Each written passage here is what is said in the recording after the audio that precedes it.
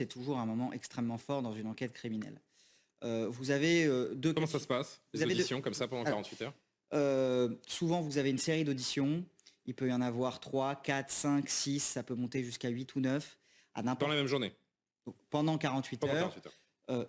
À n'importe quelle heure du jour et de la nuit. Pour les enquêteurs, ce temps est extrêmement important. Vous avez deux cas de figure dans un homicide. Soit vous attrapez la personne sur le fait... Ce qui n'est pas qualifié pour le moment. Oui, soit vous attrapez une personne sur le fait et l'enquête commence par la garde à vue. Soit l'enquête se déroule et la garde à vue va venir clore un chapitre de l'enquête au cours de laquelle on va confronter l'objectif, le suspect, à l'ensemble des éléments qu'on a récoltés. Et bien souvent, l'objectif des policiers et des gendarmes à ce moment-là, c'est sous le poids des indices et des faisceaux de preuves qu'ils ont pu récolter, faire avouer la personne qu'ils ont en face. Et les leviers pour faire avouer, c'est rejouer les scènes des jours de la disparition, chercher des failles dans les déclarations, justement, entre les souvenirs. En général, c'est mettre en face des contradictions. Souvent, par exemple, la première audition est ce qu'on appelle une audition de chic, une audition au cours de laquelle on laisse le suspect parler à bâton rompu, sans lui apporter de contradictions. Et au fur et à mesure que les auditions vont avancer,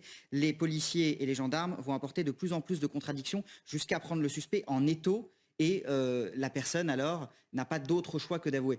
C'est pour ça qu'un des conseils que donnent beaucoup d'avocats dans ce cas de figure, c'est de garder le silence pour éviter justement...